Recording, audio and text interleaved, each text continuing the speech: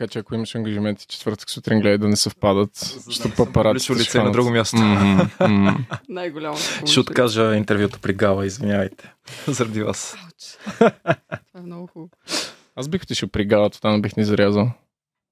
Много добре да го знам от сега.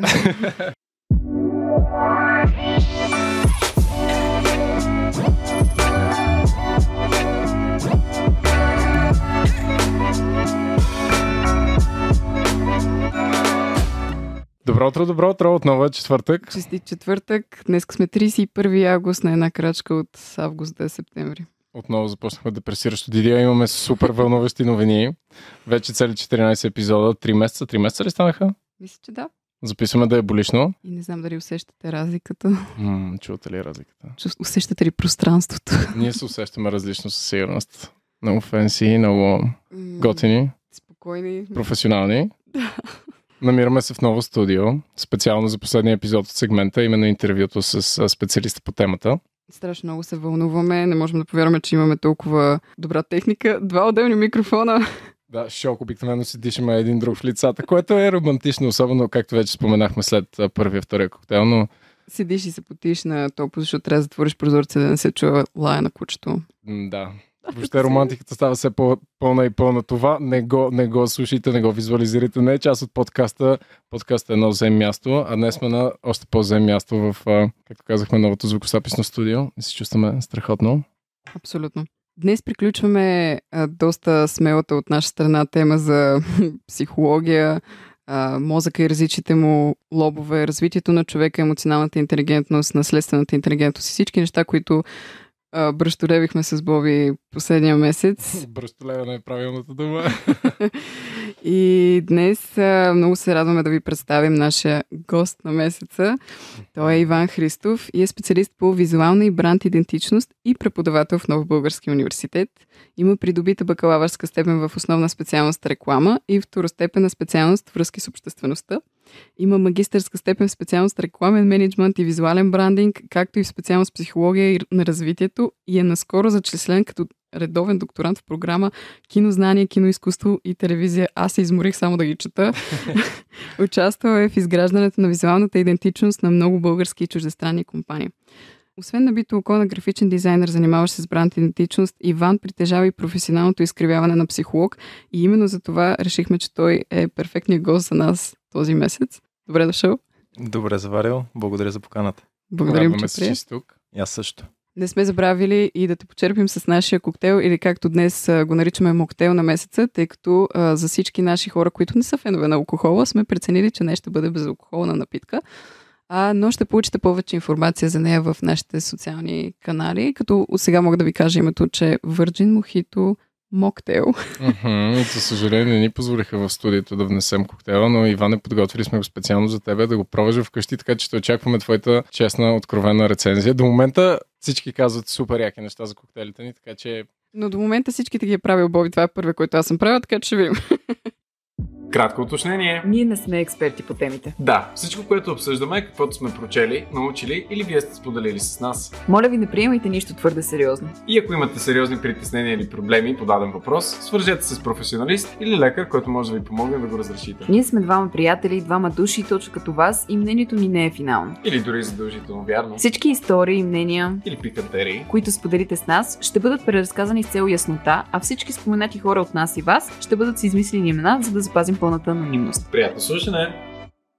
Иване, пак да ти кажа, благодарим ти много, че си ни на гости. Аз не се познавам лично с теб, пък и слушателите на Дай Болишно със сигурност не те познават, така че разкажи ни, моля те, малко повече за тебе и всъщност кой е Иван като човек, като личност, като професионалист. Значи Иван е едно порасло момче вече на 32 години, което се занимава с страшно много неща и има понякога повече дини под мишниците, отколкото може да носи. Аз съм графичен дизайнер основно, занимавам се с визуална бранд идентичност, както и Диди каза, на различни компании, в малък и в по-голям мащаб. Интересувам се от красивото, от графичен дизайн, от света на рекламата, разбира се. От известно време съм преподавател в Нов български университет. Известно вече 5 випуска минаха под моята егида. Иначе се занимавам от около 13 или 14 години с визуалната сфера. Общо взето това мога да кажа, чисто професионално. Иначе съм един средно притеснителен човек, който скрива тревожността си зад хумор. И ако започва да говоря шегички и глупости, да знаете, че съм особено притеснен. Не сме ли всички така? Бих казал, че много добре го прикриваш, така че моля. Пък се надявам, ние не те притесняваме. Виж колко сме усмихнати и готини. Със сигурност, обаче, тревожността в моя аспект винаги е на високи равнищата и че... Нищо да те държи на штрек. На тръни, винаги. Добре, ти спомена, че се занимаваш с много различни неща. Как изглежда един обичайен ден на Иван с многото дини под мишниците в днешно време, тъй като предполагам се е променил доста за последните 5 випуска? Ами в днешно време денят изглежда особено разнообразен, особено когато имам някакви проекти, които са свързани с особено тежко, за 8 път казах особено, с тежко проучване, така че да мога да направя някаква добра концепция. Често отговарям на имейли, непрекъснато отговарям на имейли. Те са често свързани с работата ми. Навигирам такава комуникация, нещо, което мен лично ме натоварва доста, да управлявам процеси, защото просто не ми е част от личности, от уменията. Диди доста добре знае, че всичко свързано с организация и време не е в моите способности, затова се старая да лавирам между разнообразните дейности, с които съм се взел, дали ще е дизайн, дали ще е нещо свързано с рисуване към конкретния момент, работа с студенти, в момента проверявам портфолията и че тъй като предстои изпит на студенти, завършващи бакалавър към нашата програма, в средата на септември изпращат ми портфолия, разглеждам ги, връщам обратна връзка и така нататък. Общо взето един тежък ден. Да. Доста пъстро звучи. Нали? Можеш ли да погледнеш моето портфолио като професионална услуга? Нямаш проблеми. Но ще бъдеш максимално мил, надявам се, не като с студентите. Тях по-остро може да ги критикуваш. Ние сме приятели тук. Не мога да обещая нищо. Не съм сигурен, че искам вече. Добре, как реши всъщност да се занимаваш точно с преподавателска дейност? Кое може би е най-гордото ти постижението, с което най-много се гордееш от кариерата ти до момента? Ами аз по-скоро за мен го решиха да започна преподавателска дейност. Не го реших самосиндикално. Случи се преди 5 години нещо, когато срещнах моя дългогодишна преподавателка от програмата по реклама. Случайно по коридорите, не се бяхме виждали от известно време. И ме пита какво пак правиш в университета и аз си признах, че следвам психология към този момент.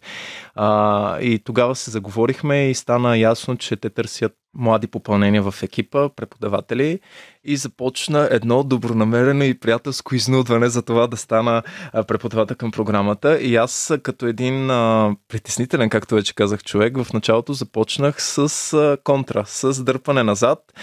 Приех изключително позитивно тази покана, защото то е по един или по друг начин представлява комплимент за постиженията и за уменията, които имам. И в следващия момент обаче си казвам, това звучи страшно, звучи притеснително. Аз как бих се справил, ще застана пред толкова много хора и си представях зала примерно от 50 човека, как ми задават въпроси, чието отговори не зная.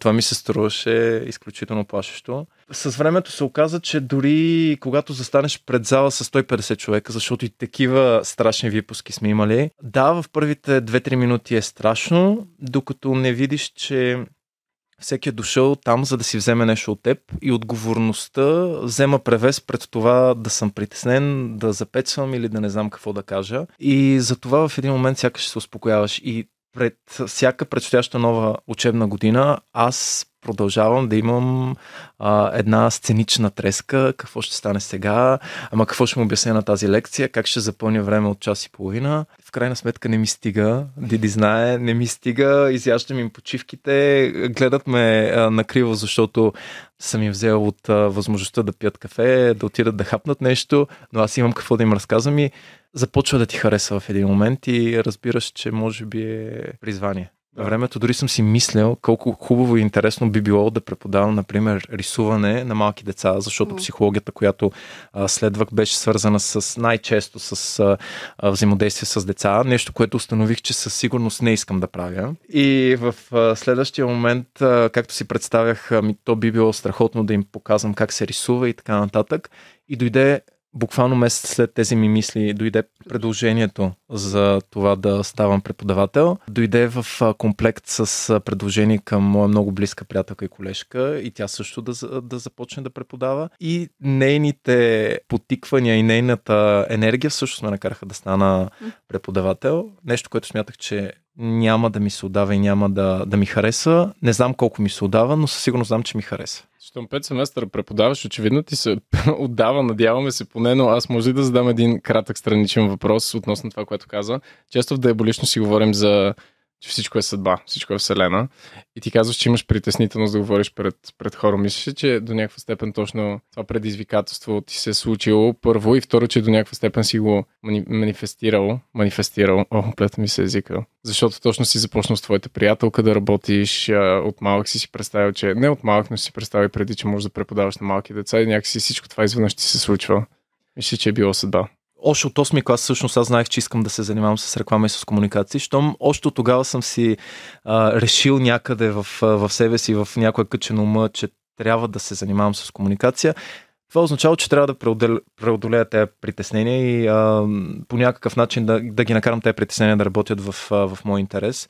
За тази предначертаност, за която говориш, Вселена и така нататък, аз съм по-склонен да не вярвам, защото смятам, че ние си градим нещата в живота и начина, по който искаме този живот да се случва. И това, че има някаква степен късмет, случайност или пък външни фактори, които те сръчкват, хей, направи това, защото ще е добре за теб, когато ти самия не виждаш, че би било добре за теб. Да, има такива фактори и смятам, че каквото и да се случва, дали ще е съдба, както казваш, Вселена, или сам съм си го направил, вярвам, че е дошло за да ме научи на нови неща, защото аз се уча всеки ден буквално от студентите си, не искам това да звучи като някаква изтъркана фраза. На мен ми е интересно да взаимодействам с млади хора и да виждам какво имат те да ми кажат и по какъв начин виждат те света през собствените си очи. И в момента, в който това се случи с преподаването, аз разбрах, че си специалист много по-късно, отколкото смяташ, че си. Много по-късно, след като получиш дипломата, когато живота започва да те блъска по различни брегове и виждаш, че от тези, които трябва да учиш, и теб те учат. Караш го да звучи толкова лесно и изобщо начинанието ти да преподаваш и никога нямаше да предположа, че си изпитвал сценична треска. Аз като човек, който имам удоволствието да те познавам и като преподавател и като специалист и сме работили заедно, винаги ми е правил впечатление колко уверено влизаш. До някъде и fake it till you make it. Сигурност. Но със сигурност не ти личи. Това, което между другото исках да те попитам, как използваш по-точно знанията си, примерно по психология, в образователния процес, изобщо за да стимулираш креативност? Питам те, защото си спомням много добре, че в лекциите имаше моменти, дали е било в началото на лекцията и понякога е било точно в средата на лекцията, когато започваме да заспиваме и да губим внимание, да вкараш един елемент на забавление, един елемент на игра, който буквално ни събужда и ни връща обратно да те слушаме. Защо започва да ползваш такива методи? Изобщо защо започва да го правиш? Ами аз се постарах наученото в моето собствено образование да се опитвам да го прилагам и на практика, което е най-логичното според мен да се случва. Защото исках да се поставя на мястото на аудиторията. И в момента, в който аз буквално съм изляза преди няколко години от студентските скамейки и знам какво е да си от другата страна, че понякога изпитваш отегчение, понякога бръщолевенето срещу теб е толкова академично, че ти не можеш да вникнеш в нещата, които се говорят. И си казах, че трябва да се съобразя с публиката. И се опитвах да се поставям през цялото време, когато съм си правил програмата за курсовете, защото курсовете всеки един преподавател си ги избира по такъв начин, че има пълната свобода да разкаже и да говори за всичко, което смята, че е по темата, без какъвто и да е външен контрол. И така съм си подбрал темите и различните лекции, че да бъдат от максимална, надявам се, полезност за хората, с които се виждам по време на лекции. По такъв начин, че да влиза в техните представи достатъчно близко спрямо собствените им разбирания. Не винаги ми се получава. Сигурен съм, че често оставам нечут, но няма как. Когато влезеш срещу 50 или 100 човека, със сигурност има хора, които няма как да те разберат. А това с прекъсванията и с игрите винаги съм го правил с цел разчупване на стандартната академична обстановка. Както знаеш, аз не държа към мен да се обръщат по фамилия или да си говорим на ви, защото това ми се струва някакси устаряло. Ако имаме някаква достатъчно флуидна граница, която е ясна, че всъщност аз не съм онзи, който застана отпред и хайде сега ще ви пиша двойките, макар че често и това се случва, студентите ми могат да потвърдят.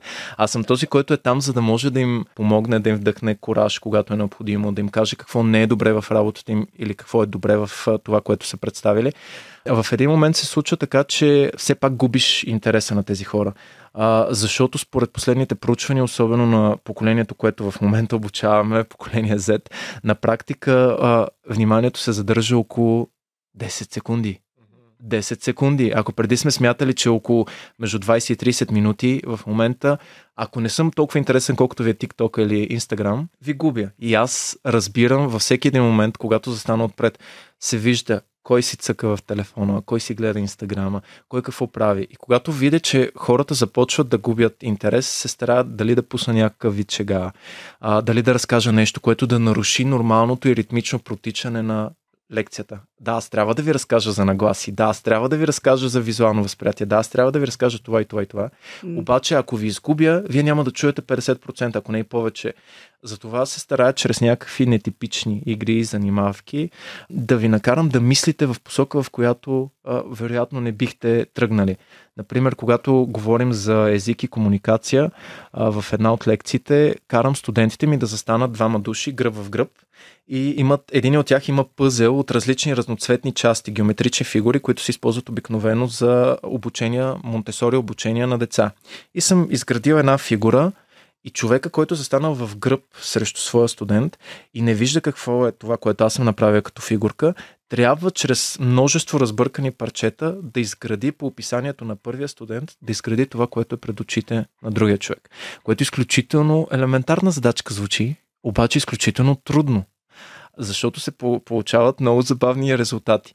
И по този начин, чрез разчупване на стандартния обучителен процес, се опитвам да направя малко по-интересни нещата, отколкото всъщност са, ако четете един PDF или един скучен текст.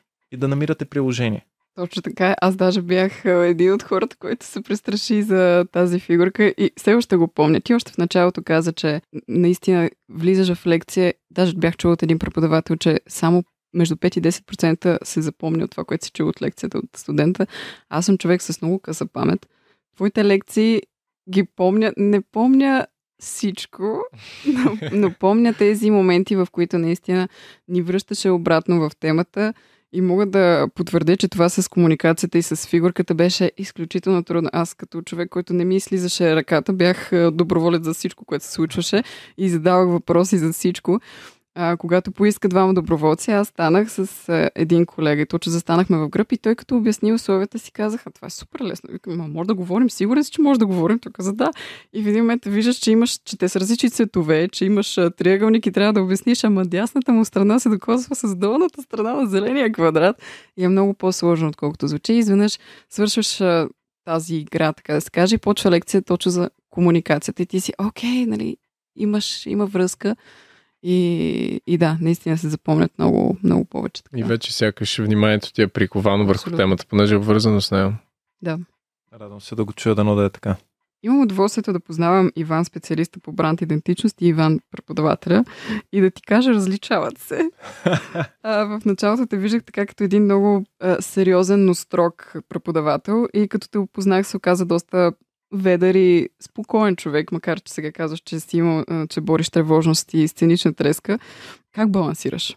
Ами то е сложно да се балансира, защото ролите са много различни. Иван, графичен дизайнер, се среща от време на време с клиенти на живо и оттам насетне всичко се случва пред компютъра ми. И аз съм си сам вкъщи, настанявам се на дивана, отварям си компютъра, правя си проучванията, рисувам си в скицника, защото никой не може да ме убеди, че дигиталното рисуване в моите представи може да замени това да усещам хартията, да чувам молива как драска върху хартията, но аз все пак съм от едно малко по-ретро поколение от вашето, което означава, че съм някакси по-скрит и по-спокоен, когато съм сам със себе си, с мислите си и с творческия си процес.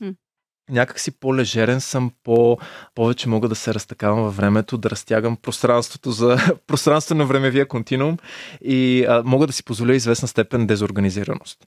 Докато тази свобода някак си по време на лекции Иван преподавателя не може да си я позволи. Аз съм там, за да мога да управлявам една ситуация, в която много хора техните знания зависят от това аз какво ще им кажа, колко структурирано, последователно и смислено ще им поднеса информацията.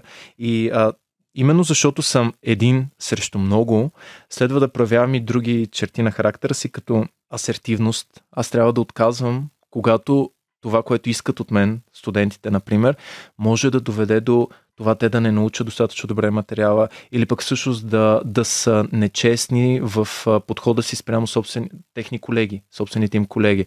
Някой, ако иска да скрие част от работата, да скатая, да не извърши всички задачи. И така се научавам да казвам не. И това не трябва съответно да разваля отношенията ми с студентите, макар че когато видя намусена физиономия, на мен ми е ясно, че някой не е удовлетворен от отговора ми, но проявявам такъв вид асертивност, по-отговорен съм, по-напрегнат, макар и скришно, както ти каза, и със сигурност по-организиран и мобилизиран, отколкото Иван пред компютъра насаме. Това не го впечатлява, още много яко да го чуем като странични наблюдатели, че едно цяло поколение от преподаватели, понеже е тенденция, която наблюдаваме не само при тебе, са наистина първо много запалени от професията си и второ много професионално подхождат, защото като че ли, поне от нашия опит, доста голяма част от, може би, по-възрастните колеги, не всички, разбира се, но сякаш са загубили страстта си към това, което правят и по-скоро го правят просто за да го направят. Нямат отговорност към студента. Тя е взаимна, разбира се, студент към преподавател и обратното, но не знам, ободряващо е да чуем, че си толкова отдаден. Тя отдадеността не идва само отвътре, тя идва и от това, че срещаш и смислени погледи, които искат да чуят, искат да разберат. И когато някои от студентите тръгнат след теб в коридорите и питат, искат да разберат още нещо, искат да им предложиш къде си заслужава да търсят работа и така нататък, търсят съвета ти, това на практика е едно страхотно взаимодействие. Защото това подклажда непрекъснато хъса ти да се занимаваш с тези хора, с които си заслужава да работиш. И тук, колкото и вероятно на слушателите се струва преподавателската работа монотонна, еднотипна, ама ти говориш едно и също нещо, непрекъснато и всяка година повтаряш един и същи материал, толкова е динамична средата на рекламата, в която аз преподавам, че не може всяка година да говориш едно и също, защото то вече е излязло от мода, то е излязло от употреба. И ти трябва да обновяваш непрекъснато репертуара си, като един изпълнител. Например, сега сме пред микрофоните, както певците обогатяват репертуара си, така и преподавателите трябва да обогатяват репертуара си. Всяка година имам подобрения и смени на теми, така че да мога да съм достатъчно актуален и интересен на тези хора, които са, например, в дигиталната сфера много по-вещи на моменти, макар че когато не могат да ми обърнат един Word-овски документ в PDF и тези същите хора правят невероятни неща в Facebook, TikTok и така нататък, аз съм върху чуден, но такова е положението. И обратната връзка е нещо, което те държи на ниво. Както знаеш, този месец си говорим за мозъка, за интелигентност, за поведение и преди интервюто Диди ти направи теста, с който изтормози и мен по-рано този месец и всъщност установихме, че при тебе също е доминиращо лявото полукълбо. Искахме да те попитаме доколко вярваш, че всъщност това, кое полукълбо ти е доминиращо, влияе върху характера ти, върху личността ти, това дали си по-артистичен или по-рационален. Виждам усмивката ти, готов си да ме нападнеш. Давай.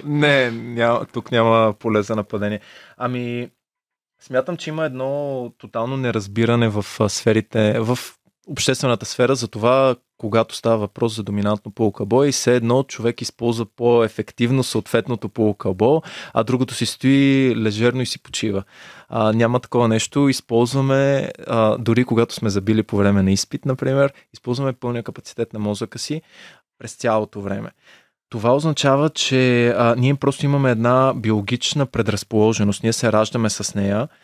За това, коя част от мозъка всъщност ще управлява по-голяма част от контралатерално, т.е. диагонално разположените органи, например.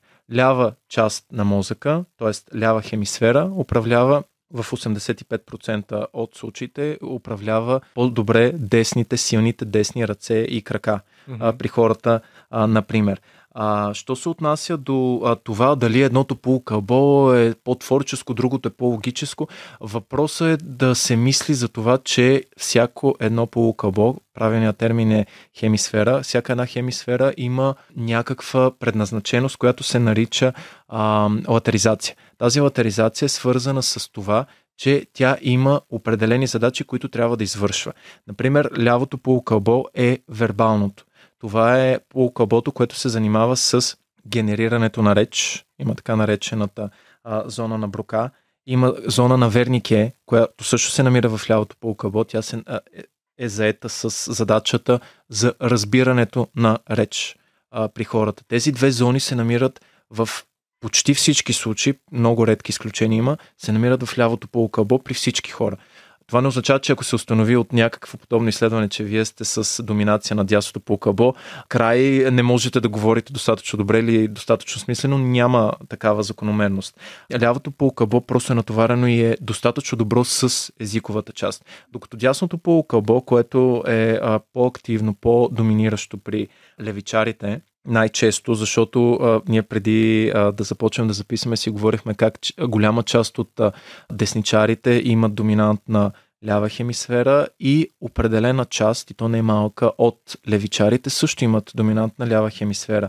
И това дава един крайен процент от около 93% от хората, които имат доминантна лява хемисфера. Тъй, че резултатите, които показаха вашите микропроучвания, са напълно очаквания. То беше само в рамките на 4 въпроса. Задълбочени изследвания. Тип Космополитен. Точно. Дясната хемисфера, например, е натоварена с това да разбира по-добре пространството. Тя борави много добре с образи на различни предмети и как те се разполагат в пространството.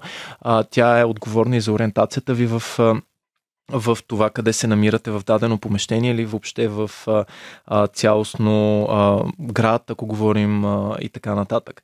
Тя е натоварена частично и с емоциите и невербални и други функции. Казвам частично за емоциите, защото емоциите са дело в кавички на лимбичната ни система, която има свои органи и части в двете полукълба на мозъка. Най-често става въпрос за амигдалата или бедемовидното тяло или ядро. Имаме по една във всяка част на мозъка. Дясното полукълбо е свързано с емоции, то е свързано с метафори и с хумора. Тоест, когато вие започвате да се шегувате, искате да разберете речта по един по-различен начин от това, както я разбира директно и пряко по логичното ляво полукълбо, значи работите и с дясната си хемисфера. И двете работят едновременно, предразположеност чисто пренатално. Тоест, ние знаем от проучвания, че някъде от около 10-та седмица след зачеването ембрионите проявяват склонност да движат лява или дясна ръчичка спрямо това, кое полукълбо ще бъде предопределено като доминантно. Тоест, ако лявото ви полукълбо е доминантно, се наблюдават още в 10-та седмица по-чести движения на дясната ръка. Около 15-та седмица се наблюдава вече засмукване на палеца на съответната ръка. Което означава, че ние още тогава можем, преди да се роди бебето, ние можем да кажем коя ще бъде доминантната хемисфера. При по-късни проучвания, вече около първи или втори клас, се правят тестове. Част от въпросите ви бяха от подобен тест, който е стандартизиран за България и се извършва с цел определяне на доминантни полукълба и най-често този тест е свързан с определяне наличието или отсъствието на дислексия. Но това вече естествено е друга тема. И що се отнася до творчеството, защото Боби спомена творчеството е дело и на двете полукълба в комбинация. Вие не можете да сътворите нищо без да сте разбрали каква е задачата или без да знаете какво искате да свършите, т.е. без език. Човека мисли много ефективно чрез езика. И ако този език остане обаче само на ниво ляво полукълбо и ние сме само на равнище пряк смисъл, без допълнителни оттенъци, без метафори, без всички от тези аспекти, които дясното полукълбо носи, ние нищо не можем да сътворим. Целият мозък работи ефективно през цялото време. Ето защо имаме професионалисти по темата на гости, тъй като ние си бъбрим пълни глупости, а сега научихме нещо интересно и съм тотално шокиран от разкритието. Аз също. Не трябва да се шокирате. Между другото, едно вмятане, вероятно нямаме време, има подобна доминантност е установена не само при хората и при животните. И интересно как според вас се тества при животните, кое по кълбо е доминантно? Нещо свързано с лов? Не. Тоест да ги ловим и ако е хищник, който трябва да ловува, не знам дали по някакъв начин това се определя. Знам, че има някои животни, които спят с едно отворено око. Може би това нещо. Има някои животни в амигото, например, редува частите от мозъка, които спят и дигат съответния крак и така нататък. Контраразположения крак. Не, при животните има два много лесни начина, по които се разбира, защото не можем да им направим тези дълги тестове, които правим на първокласници и второкласници. При животните първият начин е да се гледа, особено от тези, които имат, ние говорим в случая за бозайници, нали, защото такова е било изследването, които имат козина, гледа се въртела, начина по посоката, начина на растеж на косама, в каква посока е. Така, а другия много елементарен начин е, ако животното особено се подава на команди, да сме го накарали да стои на едно място и да го повикаме, дали ще е кон, куче, котка и така нататък, и да видим с кой крак тръгва и съответно контраразположената част от мозъка можем да приемем като доминантна. Гледай как всички започваме да тестваме кучета. Ще да кажа, до края на деня това ще правеше тество всички животни вкъщи. За косинурките вече не знам как се предопределя. Там вие ще трябва да прецените. Пак и с крака, даже имаш време да погледнеш. Да реагираш. С кой тръгва. Супер. Добре, това беше наистина прекрасен отговор и доста задълбочен. Да те насоча към друго нещо, което коментирахме в темата на месеца за интелигентността. Смяташ ли, че има нещо такова като наследствена интелигентност или развитието на интелекта ни зависи изцяло от средата, в която израстваме? Ами, това е доста щекотлив въпрос, защото засяга основен проблем в психологията, дали дадена характеристика или даден психичен конструкт са вродени или са придобити. На английски това е nature or nurture. Много често ние трябва да търсим доказателства посредством други науки, така че да разберем дали нещо е вродено или не. Както преди малко ви казах, ние чрез медицински науки, чрез изследвания, които са свързани с невропсихология, можем да кажем, че още в 10-та седмица имаме предразположеност към доминантност на даденото полукълбо. За много други неща не можем да провеждаме подобни изследвания. За интелигентността сме наясно, че има генетична предразположеност и вече са фиксирани огромни гроздове и групи от гени, които отговарят за наследствената интелигентност, но там имат още много да се учи. Тоест има страшно много генетичната наука да даде на психологията информация. Тоест имаме някаква генетична предразположеност, унаследяваме част от това да бъдем интелигентни от нашите родители. Но средата е изключително важна, защото ако детето расте в дом, в който няма култура, няма книги, няма желание родителите да му помагат в неговия образователен път. Тоест, академично, дори ако искате да говорим, ако няма кой да ти сложи книжка в ръката и няма кой да те научи как се говори с хора, по какъв начин се общува вербално, невербално, по какъв начин ти взаимодействаш със знанието, което знание в последствие ти носи дивиденти, няма как ние да разчитаме, че даден индивид ще може да стане достатъчно адаптивен в дадената среда. Защото ние по принцип в психологията имаме и проблема с това да дефинираме какво точно представлява интелигентност. Аз това го разказвам на студентите ми. Има изключително голям набор от определения за това какво е интелигентност. Според градските легенди, дори в някои от американските сборници, учебници, тези определения какво е интелигентност се разполагат на 14 страници, което звучи доста притеснително и впечатляващо. Защото ние не можем да стигнем до консенсус какво е интелигентността и дори на една конференция преди много години, посветена на интелигентността, един от изследователите шеговито беше подметнал, че то е много лесно. Интелигентност е това, което мерим с IQ тестовете. Ами чудесно, обаче съвременните концепции включват множество различни идеи за това какво е интелигентност и много от тези видове интелигентност не могат да бъдат покрити от стандартния IQ тест. Той най-често е свързан с логико-математически връзки или с вербално-езикови задачи. Има хора, които се справят недостатъчно удовлетворително на подобни тестове, обаче въпреки това определението, че интелигентността е начина ние да боравим по някакъв по някакви ментални пътища, съзнание, опит, ние да прилагаме различни решения, гъвкавост и размишления с цел разрешаване на проблеми и адаптиране, защото основната задача на интелигентността е да ни помага да се адаптираме към турбулентна и променяща се среда. Ако ние останем само на логика, математика и език, много от хората, които очевидно в живота са свръхадаптирани и успешни, изкарват такива ниски резултати и ние започваме да се задаваме въпроса защо. Защото интелигентността всъщност е много повече от IQ тестовете. Има една съвременна концепция на Хауърд Гарднер, който се занимава с изследването на интелигентността и той е фиксирал първоначално около 7, в последствие добавя още 1 или 2, така че ги докарва до около 10 различни разновидности интелигентност. Тук имаме музикално-ритмични, имаме естествено логико-математическата, имаме вербално-езиковата интелигентност. Имаме интраперсонална интелигентност, която е свързана с това колко добре осъзнаваме и навигираме отношенията си с хората.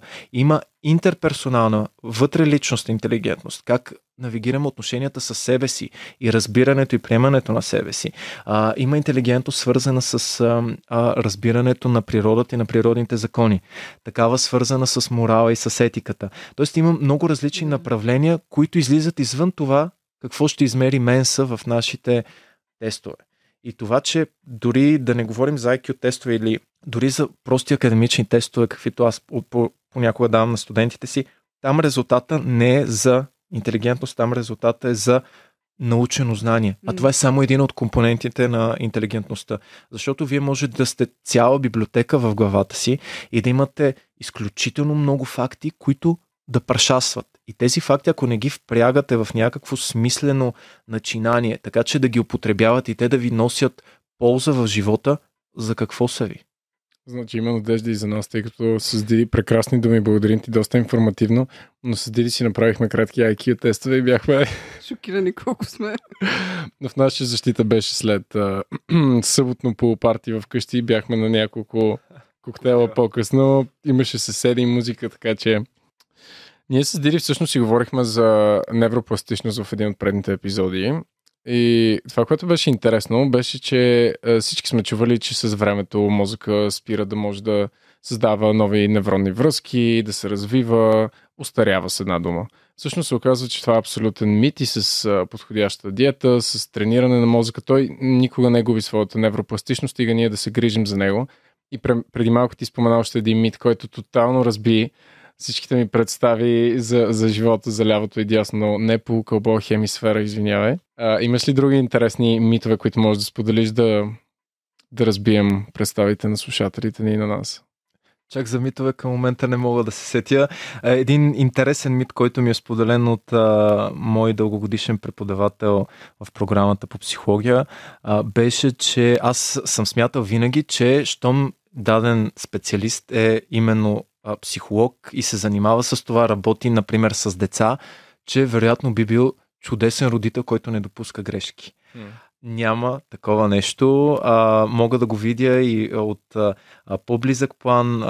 Моята сестра е педагог. Тя непрекъснато укорява себе си за недостатъчно добро и педагогическо издържано реагиране на дадени ситуации със собственото й дете. Аз смятам, че тя се справя чудесно с родителстването. Обаче, колкото си по-добър в дадена област, толкова по-голяма е вероятността ти да се самоукоряваш за дадени допуснати проблеми. Психолозите родители могат да съм 100% убеден, че губят контрол, крещят по децата си, прибягват до наказания.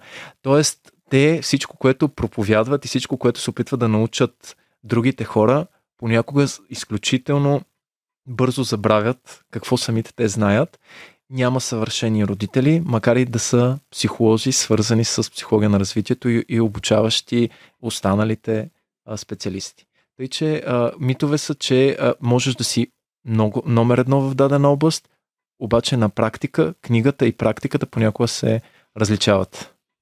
Да, за мое голямо съжаление, но си напълно прав тук. Аз от опит, тъй като ходя на психолог и моята психоложка е невероятна и отнема време да разбереш, че те са там, за да ти дадат инструментите и от теб зависи да извършиш останалата работа, изобщо цялата работа.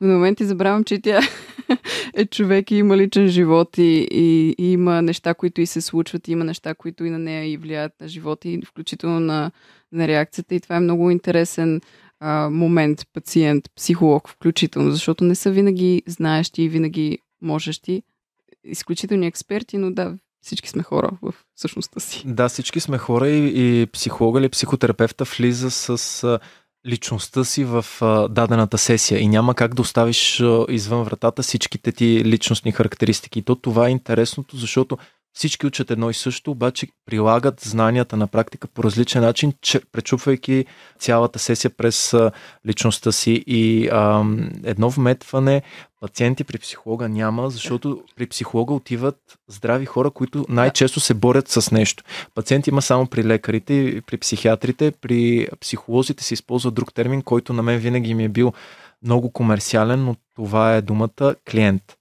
Що се отнася до това те да се възстановяват, те имат нужда от рекреация, имат нужда от нулиране, понякога прекратяват за известен период от време практика, ходят задължително на психиатър или психолог, в зависимост от ситуацията, която се налага да бъде овладявана, имат нужда от супервизия, т.е. някой да им съдейства с тяхната въвлеченост в различни казуси и случаи, имат нужда някой да ги напътства от време на време, защото и те губят пътя. Психолога не знае всички отговори на тази планета. Той се опитва да ги открие заедно с своя клиент. И те имат нужда от възстановяване. Много добра вметка за психолог-клиент. Благодаря за поправката и да, и моя психолог си има психолог, така че... Най-доброто решение.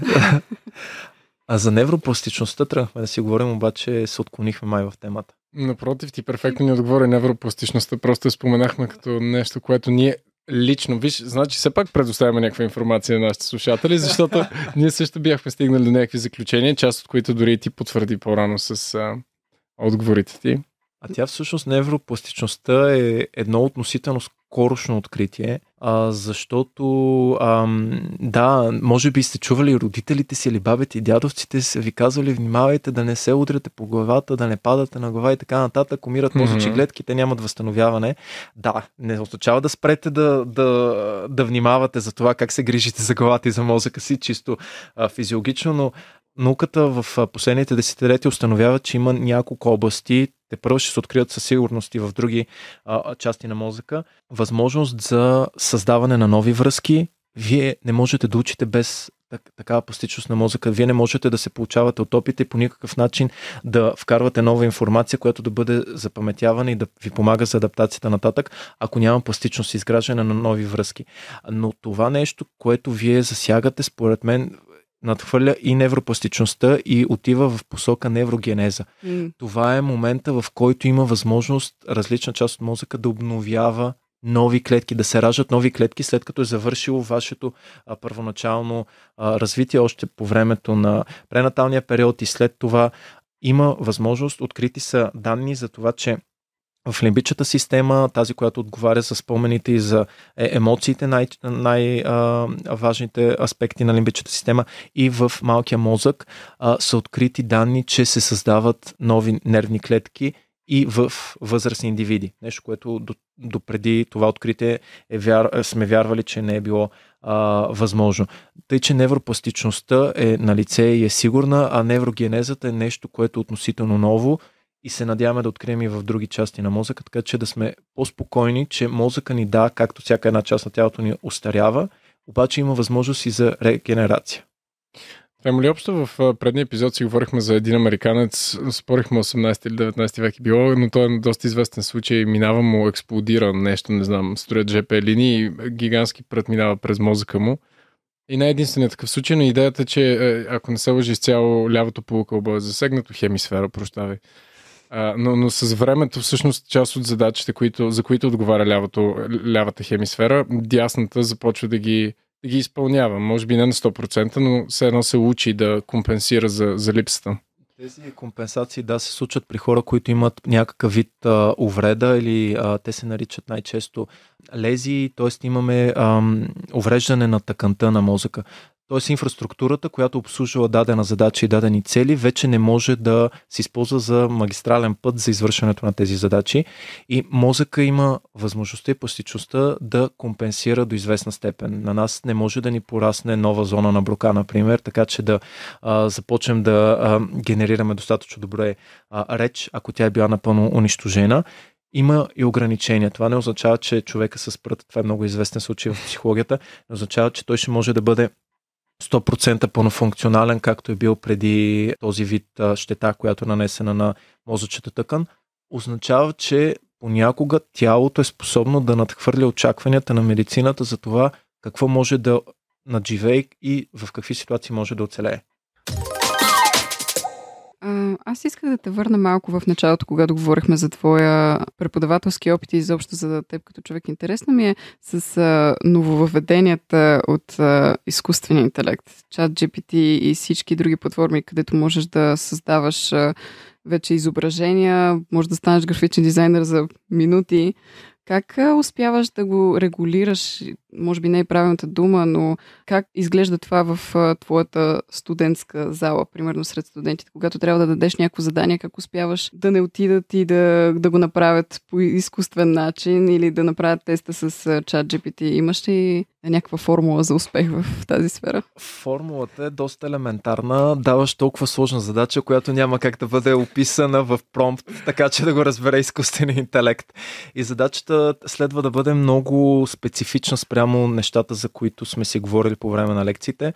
Студентите ми до болка знаят, че заданията, които давам, са изключително подробни и аз с тези задания смятам, че им спестявам половината работа, защото нямат нужда да се лутат. И в тази подробност и тази детайлност, която аз очаквам, в която очаквам те да изпълнят задачите си, съм убеден, че доста по-сложно да се използва изкуствен интелект. Не искам да ги предизвиквам, не искам следващия випуск, който дойде да ми докаже, че бъркам, обаче смятам, че изкуственият интелект е един достатъчно добър инструмент, който може да бъде използван като подпомагащ арсенал, но не като основен. Тоест, танковете, които трябва да извадите, трябва да са в главите ви и в книгите, които сте прочели и материалите, с които сте се здобили. А това, че някой може да ви съдейства по по-бърз начин да си направите визуализация, вече и видео знаете, че се прави, то изглежда притеснително добре, като за нещо направено от статична картинка, например. Ние трябва да можем да използваме технологията по начин, по който да ни обогатява, а не да замества изцяло нашето вложение в дадените задачи и проблеми, с които те първо ще се справяме. Защото все още изкуственият интелект, колкото и развит да ни се струва, той има много дълъг път да извърви. Той има такъв път да извърви, че да спре да ни лъже и да си измисли информация. Но това с изкуствен интелект не е нещо, от което трябва да се притесняваме, защото има още много път, който да бъде извървян преди да може да замести човека в някои задачи. Смятам, че ние трябва да се подкрепяме от време на време с вдъхновение от тази посока, но не трябва да му оставяме. Той не може да износи цялото бреме, което един творчески екип или един творчески директор или един дизайнер или един видеограф могат да направят. Защото все още няма този опит. Притеснявам се от момента, в който този опит вече е на лице в базата данни на ChatGPT и всичките останали изкуствени интелекти, и това е нещо, което така или иначе ще дойде в един момент. Обаче това е същото, все едно човечеството да се притеснява, когато сме започнали да пишем. Най-великото изобретение в моите представи на човечеството е писмената реч, защото то ни освобождава от това ние да трябва да предаваме от уста на уста предания, приказки, истории и намалява изкривяването на това, което се предава като мисъл от глава в глава, и затова писменото слово е било една от най-големите революции, които са се случили на човешката култура въобще. И именно заради това ние трябва да сме спокойни, че революциите идват, появяват се и се научаваме да живеем достатъчно добре и ефективно. А иначе дали някой ще ме излъже, дали някой ще може да вкара текстове или изображения, които са създадени с изкуствен интелект, вероятно да. Обаче има достатъчно добри инструменти, с които това се проследява, дали е естествено генерирано или изкуствено генерирано съдържанието, тъй че помагаме си без да злоупотребяваме. Записаха ли следващите випуски? Помагаме си без да злоупотребяваме. Според мен го приеха по-скоро като предизвикателство. Аз лично, ако бях твой студент, тотално щях да го приема като предизвикателство. Така просто за да пробвам. Супер, значи дълги години ще бъдеш мой студент. Много години, много сесии време. Може би това е целта, не знам. Иване, с наближаващия край на месец август, ние с Диди и всички слушатели на Диаболично предприехме едно предизвикателство, което ти като професионалист, графичен дизайнер и не мога да изреда всичките ти титли, съм сигурен, че много ще оцениш, именно хаштаг остава в лятото. Предизвикателството представлява, че всички ние си поставихме някаква реалистична цел, независимо дали ще бъде лош навик, който искаме да се откажем от него, или някакъв добър, позитивен нов, който искаме да се създадем, но си обявихме ги официално, всички един на друг, слушателите ни ги обявиха, имаме слушатели, които искат да четат повече, да си записват определени неща от живота им. Диди... Аз започнах да готвя по-често и да си ги снимам, за да имам нещо коментирано и да замествам телефона и времето, което прекарвам него с судоко. Супер! Судокото е поне нещо... Гарантираш си невропластично с судокото. Да, и след това са нова числа. От тотото. Боби, доколкото си спомням, ще пише повече. Да, искам да започна да си правя дневник. Преди да си лягам 3 неща, за които съм благодарен, горе-долу какви емоции съм изпитал, какви проблеми имам, как смятам да ги разреша. И по-важното е, като креативни хора съм сигурен, че ще го оцените като нещо, което може би трябва всички да правим по-често.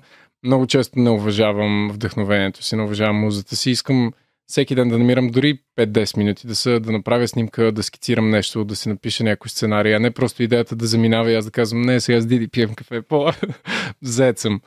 И всъщност искаме да те попитаме, ако ти би се включил в остава в лятото, какво би било твоето предизвикателство към тебе, тъй като на всеки 2 седмици ще си правим чекпоинт, извинявай за английската дума, знам, че много се дразниш, но ще си правим чекпоинт на 2 седмици, за да се държим взаимно отговорни. И всъщност да споделяме дали сме се справили, дали сме се провалили, защото няма нищо лошо и да се провалиш.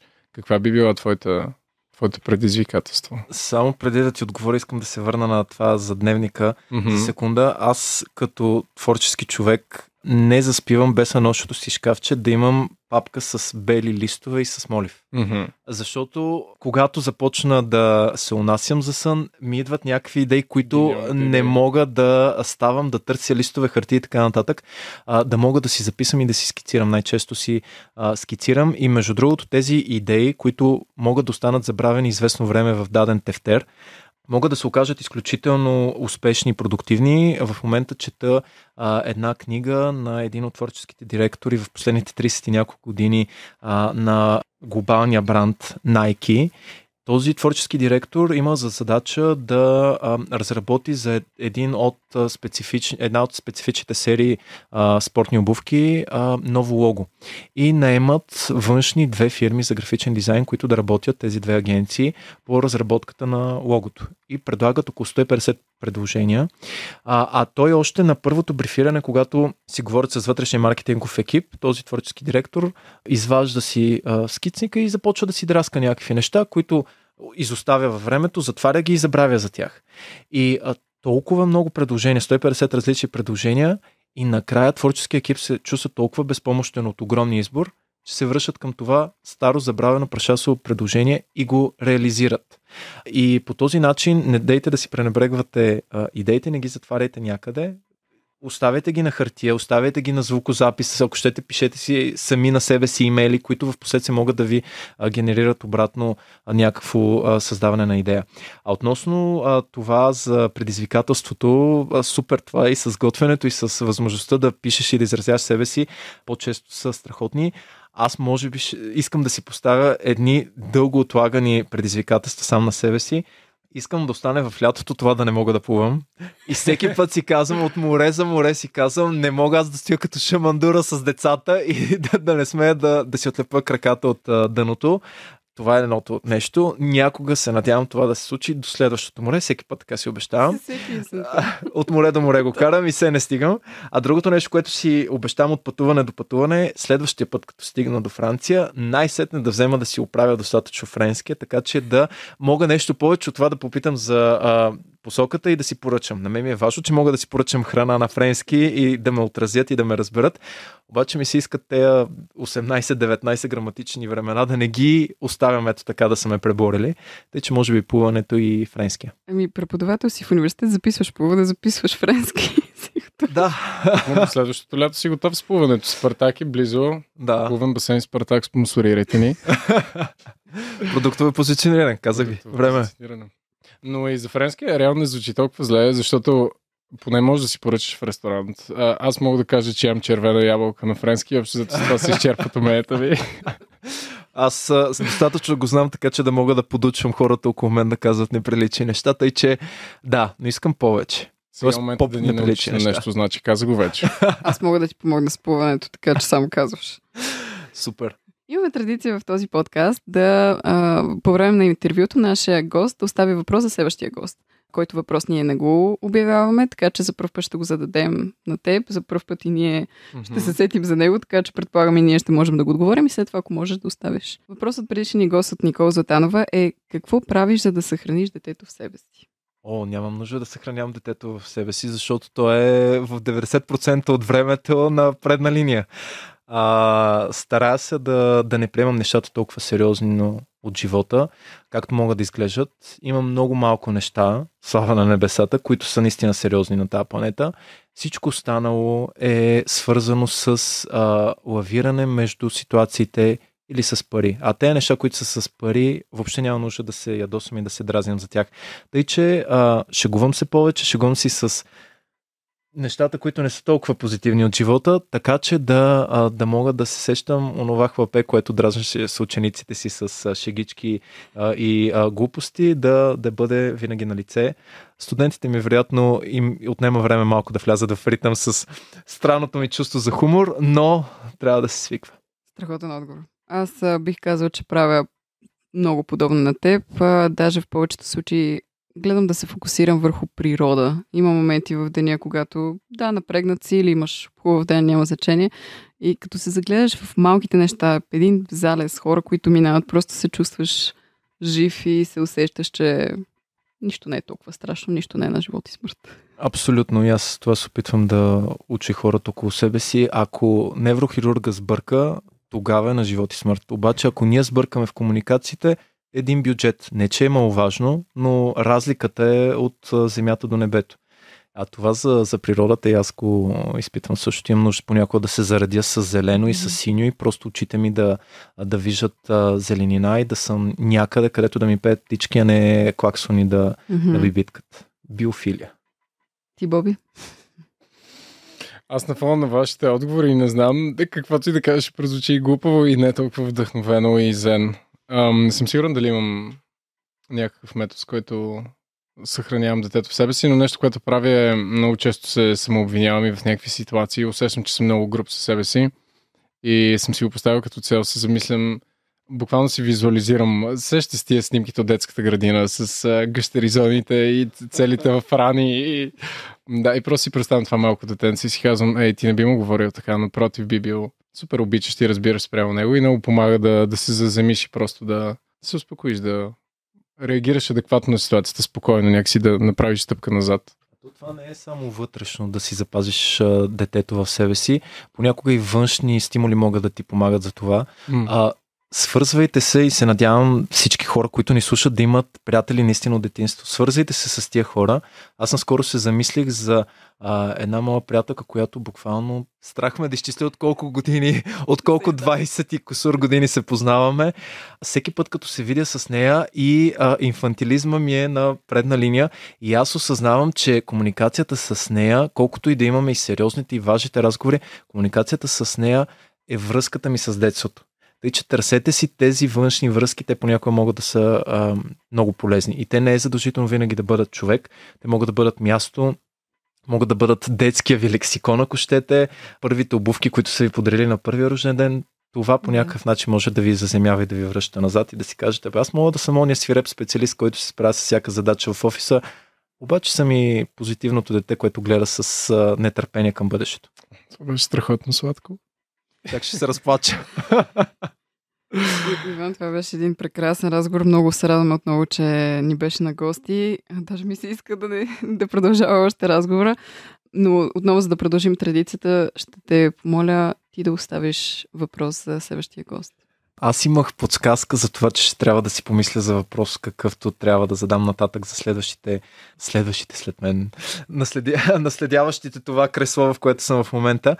И аз си мислех, че тъй като темата ви е свързана в последните разговори ви е свързана директно с психологията и исках да е нещо малко по-задълбочено. Този въпрос, който сега получих, беше страхотен и много позитивен. Аз искам да го обърна към малко по-негативната част, защото и за тези неща трябва да мислим според мен. Въпросът ми към следващия гост е